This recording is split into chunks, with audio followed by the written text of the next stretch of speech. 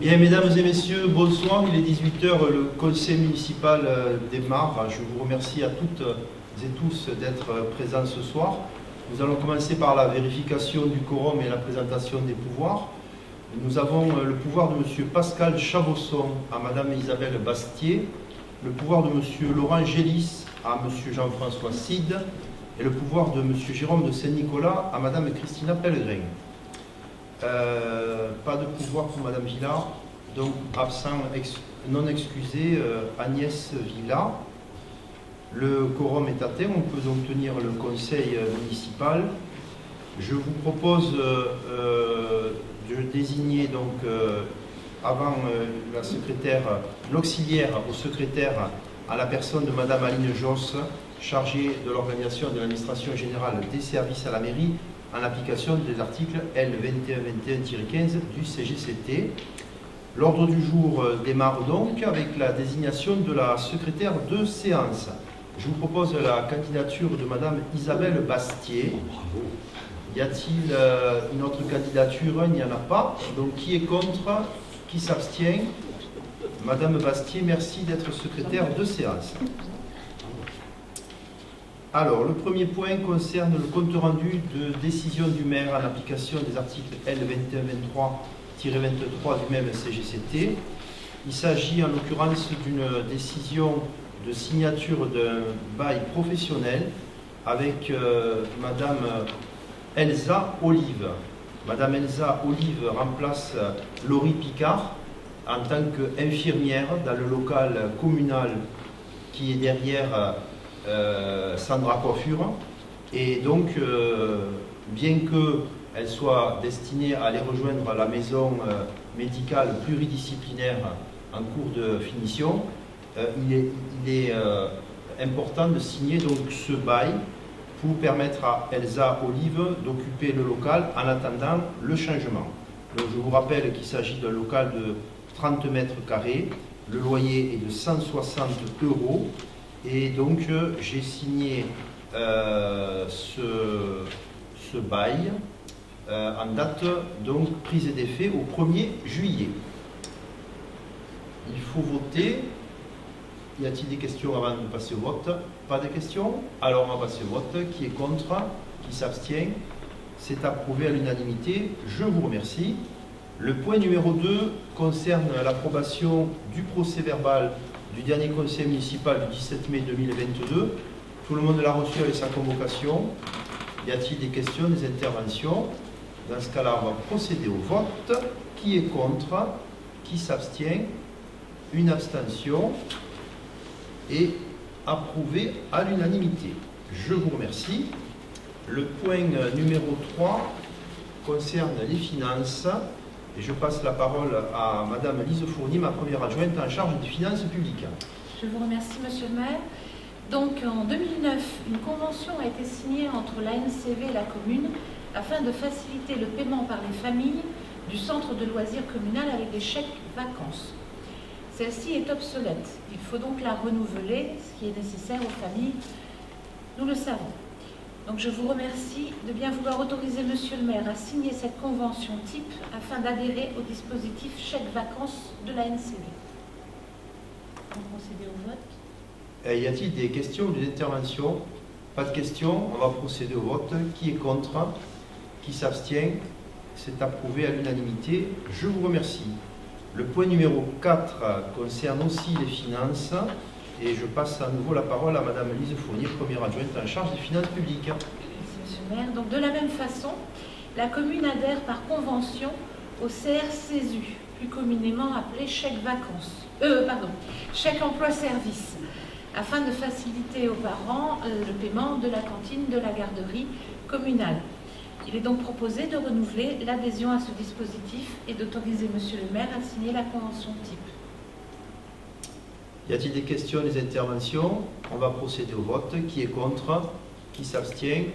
C'est approuvé à l'unanimité. Je vous remercie. Le point numéro 5 concerne là aussi les finances. Il s'agit d'une demande de remise gracieuse.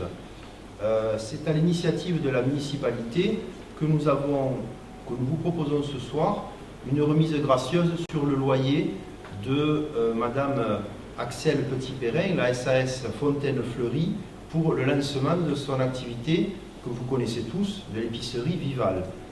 Elle a démarré son ouverture le 27 mai et nous proposons aujourd'hui d'offrir le loyer qui aurait dû être facturé à partir du 10 mai jusqu'au 30 juin, ce qui représente la somme de 666,66 €, puisque le loyer est fixé à 400 € par mois, donc c'est un petit peu plus qu'un mois. Pourquoi cette proposition? C'est pour favoriser son installation, son démarrage d'activité et faire en sorte qu'elle puisse travailler dans de bonnes conditions. Je vous rappelle et je vous incite tous à utiliser autant que possible les services de cette épicerie.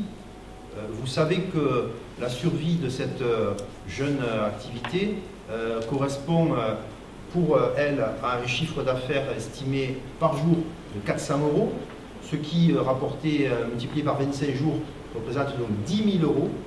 Et c'est un chiffre d'affaires, 10 000 € divisé par 1500 habitants. Ça veut dire que si chaque habitant laisse 6,66 € par mois d'achat dans son épicerie, eh bien son activité est pérenne. Donc il faut qu'à travers vous, les élus et les présidentes et présidents de l'association dans le public, fassiez passer l'information de soutenir l'activité commerciale qui est très importante pour la revitalisation du cœur du village. Voilà, donc je vous demande d'approuver cette remise gracieuse du premier loyer du 10 mai au 30 juin pour 666,66 €. Y a-t-il des questions, des interventions? Oui, j'ai une question parce que je n'ai pas la totalité des dossiers. En fait, je ne les ai pas du tout d'ailleurs.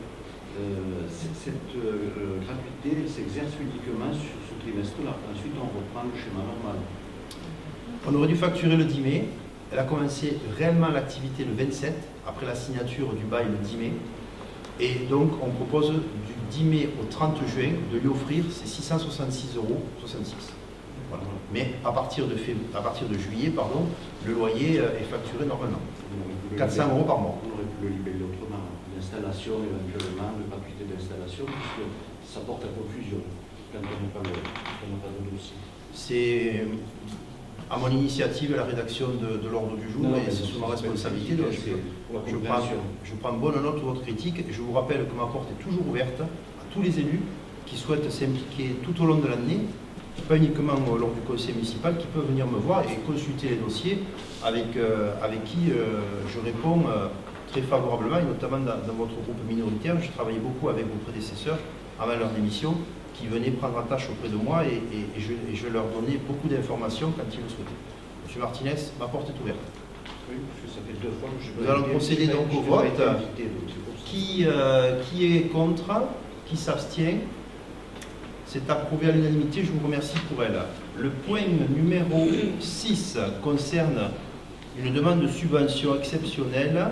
Je passe la parole à monsieur Jean-François Sy, deuxième adjoint, qui est en charge notamment de la relation avec le club de pétanque. Merci monsieur le maire. Effectivement, le club de pétanque qui était en semi-sommeil depuis 2 ans et qui n'avait pas donc fait d'activité depuis ce temps-là, a souhaité cette année relancer son activité et notamment organiser le concours traditionnel du 14 juillet. Pour cela, ils nous ont demandé à la commune donc une petite aide de 300 € que je souhaite que vous acceptiez. Et autorisez donc monsieur le maire à transmettre cette aide au club de pétanque. D'ailleurs, ça a eu lieu. Ça a eu lieu, oui, bien sûr, tout à fait. Des questions, des interventions? On va procéder au vote. Qui est contre? Qui s'abstient? C'est approuvé à l'unanimité. Je vous remercie. Le point numéro 7 concerne les ressources humaines. Et je passe la parole à madame Lise Fournier, première adjointe en charge des ressources humaines. Je vous remercie, monsieur le maire. Donc il s'agit d'un recrutement que nous espérons pérenne, cette fois, d'un agent contractuel pour la cantine et le ménage aux écoles. Cet emploi donc de catégorie C est lié à un accroissement temporaire d'activité. Et donc je vous remercie de bien vouloir valider ce recrutement. Des questions? C'est pour pallier peut-être des agents absents ou ça vient en plus par rapport à l'activité?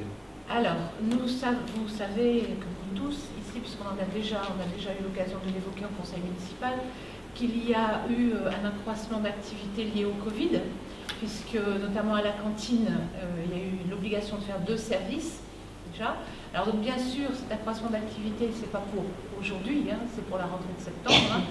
Donc en fait, on a besoin d'étoffer les effectifs, notamment sur les périodes de garderie et de cantine. Voilà. Nous allons procéder au vote. Qui est contre? Qui s'abstient? C'est approuvé à l'unanimité. Je vous remercie. Le point numéro 8 concerne à nouveau les ressources humaines. Madame Fournier, vous avez la parole. Merci encore, Monsieur le maire. Donc, le 20 septembre 2021, le conseil municipal a validé la signature d'un contrat de volontariat territorial administratif pour le recrutement d'un chargé de mission en urbanisme. Ce contrat arrive à échéance, donc le 20 septembre 2022. Nous avons été plus que satisfaits de ce contractuel. De fait, il est proposé au conseil municipal de procéder au recrutement par le biais d'un chargé de mission par le biais d'un contrat de droit public pour une durée prévisible de 18 mois à compter du 21 septembre 2022. Ce contrat peut se renouveler afin de mener à bien les projets d'aménagement sur le territoire de notre commune. À ce titre, je vous remercie de bien vouloir voter pour ce recrutement. Des questions? Oui, c'est une personne qui est vraiment... c'est un poste qui est véritablement important pour la tenue de notre service. Charnière. Charnière. Des questions? Interventions? Ça vient dans la continuité de la question que j'avais posée justement l'année dernière, pour savoir s'il y avait ensuite réalisation sur ce poste. Voilà. Tout À à fait. l'ordre du jour à ce moment-là, on y est aujourd'hui. On y est aujourd'hui. Voilà. Donc on procède pour une durée prévisible de 18 mois qui peut être prolongée jusqu'à un délai de 6 ans.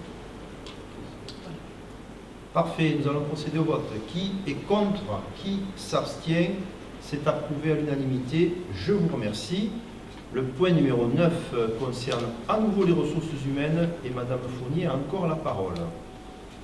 Je vous remercie, Monsieur le maire. Donc, considérant que le conseil municipal procède au recrutement des agents territoriaux afin de fixer les effectifs nécessaires au fonctionnement des services, et notamment, on y revient, de l'école communale. À ce titre, des contrats à durée déterminée ont été conclus. L'un depuis le 24 août 2020, l'autre depuis le 4 janvier 2021. L'un donc pour la gestion de la cantine qui venait en remplacement, pour vous Monsieur Martinez, pour la question qui venait en remplacement donc au départ d'une personne qui était en congé parental, et l'autre pour le remplacement d'une part de Madame Bussière, la bibliothèque, d'autre part de la garderie, de cette même Madame Bussière. Donc nous avions procédé à ces 2 recrutements. Il s'agit de les pérenniser. Donc ces recrutements et de procéder à la création de 2 emplois permanents de catégorie C à temps complet, l'un d'adjoint technique et l'autre d'adjoint d'animation. Je vous remercie de bien vouloir valider et autoriser ces créations. Ce sont des agents qui ont vocation à être stagiairisés, titularisés, c'est Tout dans à ce fait. cadre-là. Tout à fait, c'est dans ce cadre-là. Là, ils partent pour une année de stagiairisation, renouvelable, vous le savez autant que moi, si toutefois nous devons la renouveler ou qui terminerait par un emploi pérenne dans la fonction publique. On n'avait pas la possibilité, dans le cadre des directrices de gestion, simplement de poursuivre la contractualisation. Non, en effet, C'est un choix. c'est un choix. Parfait, nous allons passer au vote. Qui est contre? Qui s'abstient? Une abstention. Approuvé à la majorité. Je vous remercie. Le point numéro 10 concerne à nouveau les ressources humaines. C'est la suite de tout ce qui a précédé. C'est la modification du tableau des emplois. Madame Fournier a encore la parole. Je vous remercie, Monsieur le maire. Je vais être encore plus rapide puisqu'il s'agit en effet donc des points évoqués précédemment découlent de la modification du tableau des effectifs. Donc, je vous remercie de bien vouloir autoriser la modification du tableau. Très bien, pas d'intervention. Dans ce cas-là, nous procédons au vote. Qui est contre? Qui s'abstient? Une abstention. Approuvé à la majorité. Je vous remercie. Le point numéro 11 concerne le foncier et notamment une demande de rétrocession de domaines. La société civile immobilière RCI, qui est basé à 5 watts d'Aude, nous a proposé, pour l'euro symbolique, de récupérer, d'acheter les parcelles. Il s'agit donc d'une parcelle cadastrée BD 186 de 457 mètres carrés. Très simplement, il s'agit de la voirie qui est derrière l'ancienne école. Lorsque l'école a été vendue pour en faire des logements, évidemment, le promoteur a acheté toute la parcelle et désormais, après avoir fait ces bâtiments, eh bien, il nous propose pour l'euro symbolique de nous vendre, de nous rétrocéder la voirie. C'est quelque chose d'assez classique dans les lotissements, pour permettre d'en faire une voie à sens unique. Donc ils gardent la moitié de l'emprise au sol pour leur stationnement, puisque ça reste la propriété de la copropriété. Et par contre, ils nous demandent de récupérer donc pour cet euro symbolique cette partie de voirie. Donc M. Cid a fait un certain nombre d'études au niveau accessibilité, éclairage et sortie, notamment au droit de la rue Chamboulin. Et donc tout ça doit être mis en œuvre. Plus tard, nous aurons aussi, après la signature de l'acte de vente, nous aurons à nommer cette voie en conseil municipal. Et je vous demande donc d'approuver et de m'autoriser à signer cette acquisition pour l'euro symbolique de cette voie. Y a-t-il des questions, des interventions? Pas de questions, on va procéder au vote. Qui est contre? Qui s'abstient? C'est approuvé à l'unanimité. Je vous remercie. Le point numéro 12 concerne l'approbation d'une promesse de bail. Il s'agit d'un des projets les plus importants de la commune pour ce mandat. Vous avez derrière vous, devant vous, selon où vous êtes, plusieurs visuels qui ont été placés là, notamment en vue de la venue de Monsieur le sous-préfet mardi à 15h, pour pouvoir présenter à Monsieur le sous-préfet de Narbonne un certain nombre de projets, et notamment le projet qui concerne l'avenir durable. Il s'agit, vous le savez, de la requalification de l'ancienne casse automobile.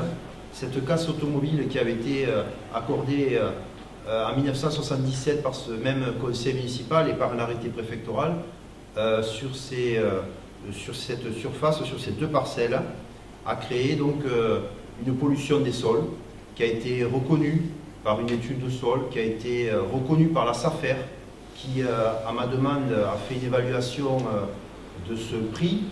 Et nous avons donc acheté ces deux parcelles, vous vous en souvenez, pour un prix de 12 500 €. Je rappelle qu'en 2012, une municipalité avait fait faire une évaluation par les domaines, qu'il avait évalué à 150 000 €. Et nous, en faisant l'évaluation par la SAFER, nous avons une évaluation entre 7 et 10 000 €. Donc on a proposé 25% de plus aux vendeurs, et qui acceptaient de vendre ces parcelles 12 500 €. Suite à cela, avec l'aide du syndicat audois de l'énergie et du numérique, le CIADEN, nous avons lancé ce qu'on appelle un AMI, un appel à manifestation d'intention, d'intérêt, pour trouver des partenaires pour faire une ferme photovoltaïque sur ces parcelles. Et 23 entreprises ont demandé à avoir accès à cet AMI, 8 ont postulé, pas des moindres. Et ensuite, parmi les 8, nous en avons reçu 4 en mairie, avec Isabelle Bastier, avec Jean-François Cid, pour sélectionner, avec l'aide du CIADEN, la meilleure offre qui a été présentée par la société Element Green. Element Green est une société au capital de 3 500 000 €, vous fait grâce des poussières, sur Montpellier. Cette société donc a signé ici même une promesse de bail pour s'engager sur 32 ans, plus 10 ans de prorogation en fait, et pour permettre d'exploiter sur les parcelles communales, mais aussi sur des parcelles voisines qui appartiennent à des propriétaires privés, de manière à monter un projet qui pourrait fournir à terme une puissance de crête de 5 MW et cela correspond à la consommation électrique de 1500 habitants. C'est-à-dire que ce projet, s'il aboutit en 2025, parce qu'il y a une durée assez longue, et c'est pour ça que la promesse qui est faite, elle est faite pour 3 ans, eh bien, nous serons une commune autonome en énergie grâce à ce champ photovoltaïque. Donc, au regard de tous les critères qui ont été analysés par le CIADEN, la meilleure proposition qui a été faite, nous vous donnerons les détails. Il y a une soulte qui est versée par l'entreprise à la signature du permis de construire, et il y a ensuite bien sûr un loyer qui est versé à la commune, un loyer de 18 000 € à l'hectare. Donc nous avons 2 hectares 3, vous faites le calcul pour voir ce que ça rapportera chaque année à la commune en termes de loyer, qui rapportera aussi aux riverains, aux propriétaires privés des parcelles voisines. Mais en plus de cela, nous aurons une énergie renouvelable et nous serons autonomes en électricité à la fin de ce mandat. Voilà pour l'exposé. Donc je vous demande de m'autoriser à contresigner la promesse qui nous est faite par la société Element Green. Avez-vous des questions? Pas de questions, on va procéder au vote. Qui est contre? Qui s'abstient? C'est approuvé à l'unanimité. Je vous remercie pour notre avenir commun. Le point numéro 13 concerne l'aide du CIADEN, dont je vous parlais à l'instant, pour une convention d'assistance à la perception d'une redevance d'occupation du domaine public. Et je passe la parole à M. Jean-François Side. Merci, Monsieur le maire. Donc, comme le diagnostic a été fait par la commune en collaboration avec le CIADEN pour l'éclairage public, nous allons lancer cette même enquête, cette même étude pour récupérer la redevance d'occupation du domaine public sur les réseaux téléphoniques et numériques. Alors, je précise que la commune de Montredon, et comme plusieurs communes alentours, n'a jamais fait cet inventaire et ne reçoit donc aucune redevance de l'occupation du sol. Cette action nous permettra de pouvoir maîtriser et contrôler ces montants de redevances dus par les opérateurs de communication électronique et nous permettra aussi, comme pour l'éclairage public, de connaître et de maîtriser nos réseaux de télécommunications et nous permettre, par exemple, de mailler tous les bâtiments et les équipements communaux en fibre téléphonique. Voilà, donc je vous demande de bien vouloir accepter cette délibération qui doit faire l'objet d'une signature. Alors pour répondre aux éventuelles interrogations, le coût de cette intervention du CIADEN n'est pas fixe, c'est une part variable des sommes perçues après cet inventaire par les opérateurs qui devront payer cette redevance à la commune. Tout à fait. Ce sera de l'ordre de 40% donc des sommes recouvrées la première année et 20% la seconde année. Voilà. Donc pour nous, on n'a pas de coût nouveau. C'est un coût ponctuel et enfin, il ne représente que 40% de la valeur de ce qui va être perçu par la commune.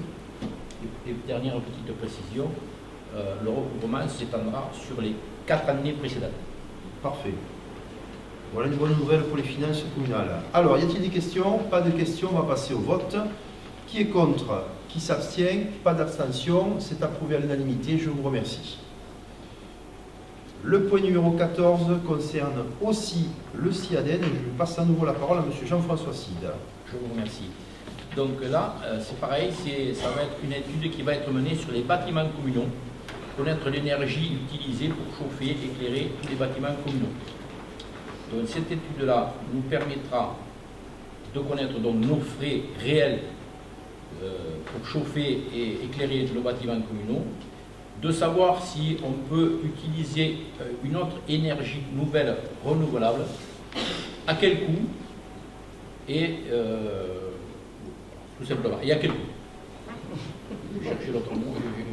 C'est le coup de le dire. C'est le coup de le dire. Donc, merci de nous autoriser à signer encore une fois cette convention avec le CIADEN. Parfait.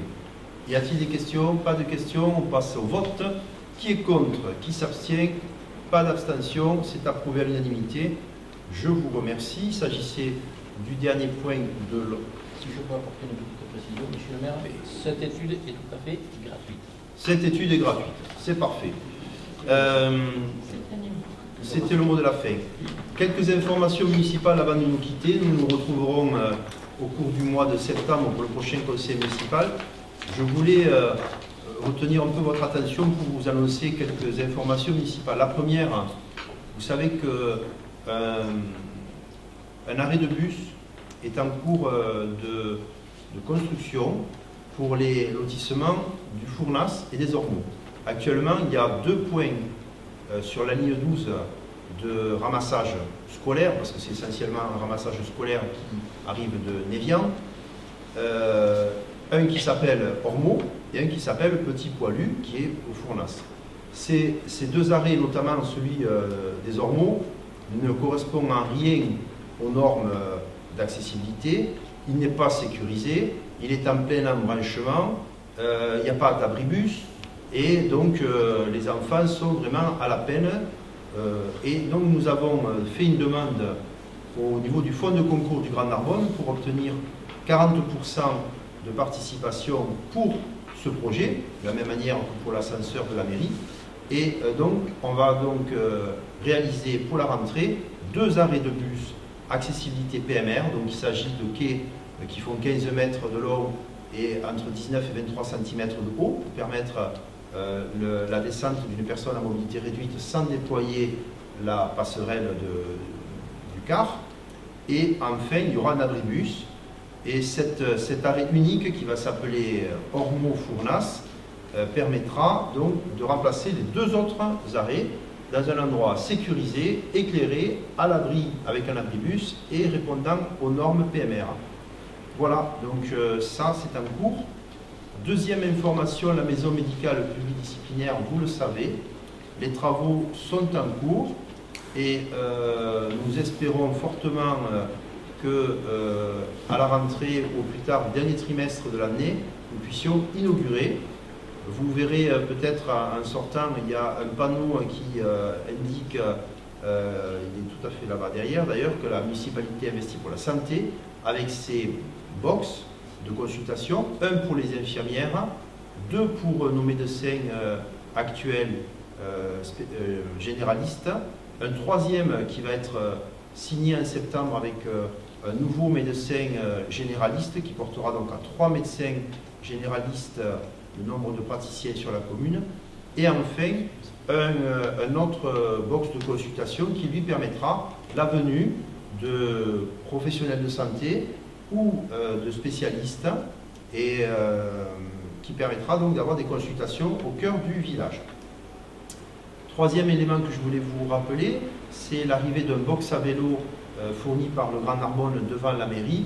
Ce box permet aux utilisateurs de venir à la mairie et de stationner leur véhicule dans un endroit cadenassé en sécurité.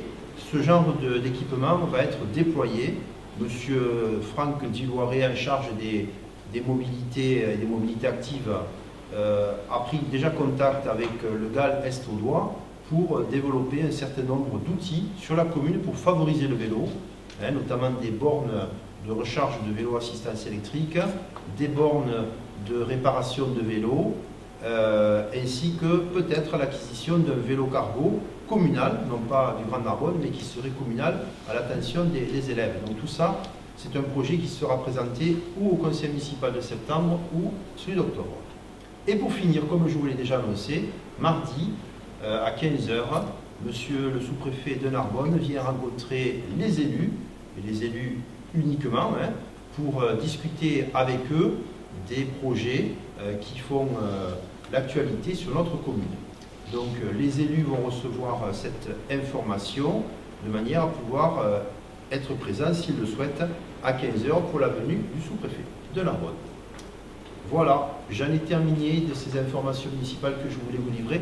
Je vous souhaite d'excellentes vacances. Reposez-vous bien pour être en forme au mois de septembre parce qu'il n'y aura pas de conseil au mois d'août.